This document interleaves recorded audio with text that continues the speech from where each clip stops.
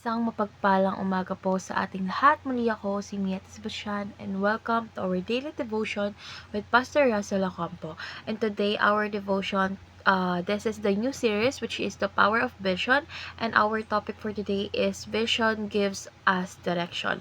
And our scripture is all about Genesis chapter 12 verse 1 to 2. So NI version. The Lord has said to Abraham, "Go from your country, your people and your father household to the land I will show you.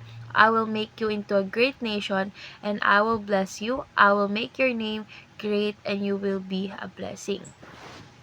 So, tungkol saan nga ba tong verse na ito? So, ang verse na ito ay tungkol sa pagtawag ng Diyos kay Abraham na kaunlan ay naging Abraham upang iwan ang kanyang bansa, pamilya at mga kilalang lugar upang sundin ang Diyos sa isang bagong direksyon. So, sa pamamagitan ng pagtawag na ito, binigyan siya ng Diyos ng pangitain at pangako ng kadakilaan. So, ang Diyos ay may malinaw na plano at layunin para kay Abraham at pinangunahan siya ng landas ng pagpapala at pagiging pagpapala sa iba. So, ngayon dadako na tayo sa ating first teaching. So, yung first teaching is God's vision calls us out of the ordinary. So, yung pangitain ng Diyos para sa atin ay madalas na nagpapalabas sa atin mula sa ating komportableng mga sitwasyon. So, tulad ng pagtawag niya kay Abraham na iwan ang lahat ng pamilyar na sa kanya. So, ang Diyos ay madalas na tumatawag sa atin na iwan ang ating mga pangaraniwang kinasanayan or nakasanayan upang sundin ang kanyang natatanging plano. So, sa pagtugon sa kanyang tawag is ipinapakita natin ng ating pananampalataya at pagiging bukas sa mga mas malalim na layunin ng Diyos sa ating buhay. So, second is God's vision gives us a clear compass.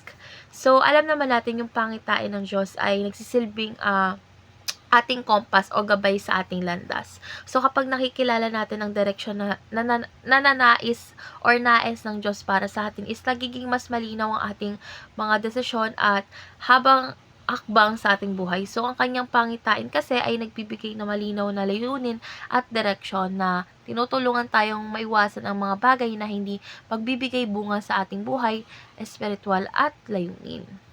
So, ngayon, this is last teaching. So, God's vision guides us toward greatness. So, yung plano ng Diyos para kay Abraham ay ang gawing dakila ang kanyang pangalan at gawing pagpapala siya sa iba. So, sa parehong paraan or sa paraan na ito is ang pangitain ng Diyos ay nagdadala sa atin ng mas mataas na layunin na nagbibigay ng kahulugan at kahalagahan sa ating buhay. So, yung ating pagkakakilanlan at mission ay nagmumula sa Diyos at sa pagsunod sa kanyang pangitain is nakakaranas tayo ng mas matatag at mas makapangyarihang buhay.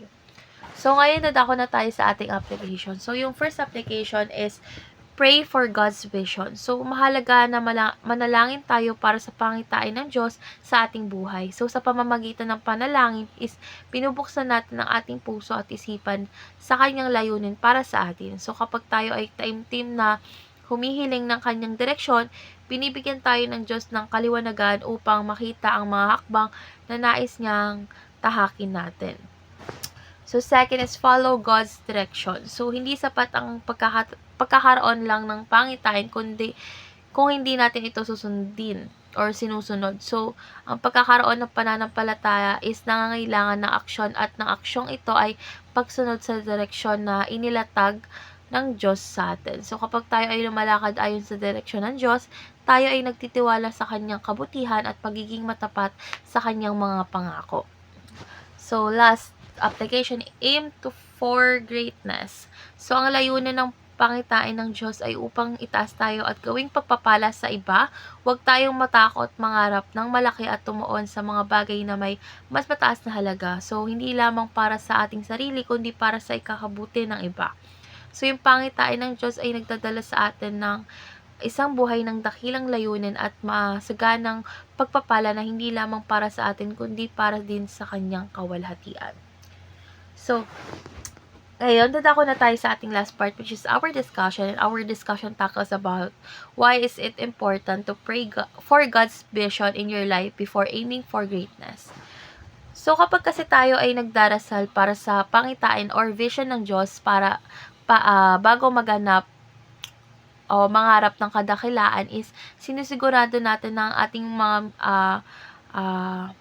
hinihiling ay nakalinya sa kanyang kalooban. So, yung pagkakaroon ng pangitain mula sa Diyos ay nagdudulot ng mas malinaw na direksyon sa buhay at iniiwasan tayo na nito sa mga landas na maaring magdala ng kapahamakan o maaring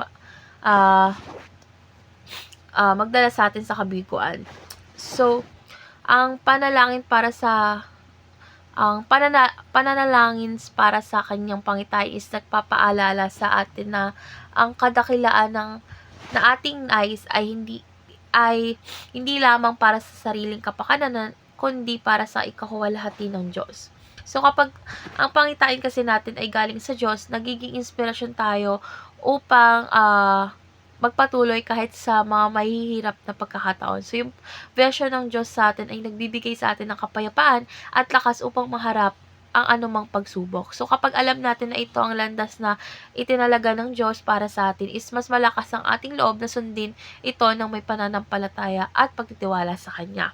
So, ang ating buhay kasi ay nagiging makabuluhan kapag ito ay nakabatay sa plano ng Diyos. So, sa paghingi natin ng Kanyang pangitain or vision, ay ibinabalik natin yung ating layunin sa kanyang mga kamay at sinasabi natin siya ang bahala sa ating tagumpay. So, ang kadakilaang nais nating makamtan ay magiging tunay at may kabuluhan kapag ito ay bunga ng pagsunod sa kanyang pangitain.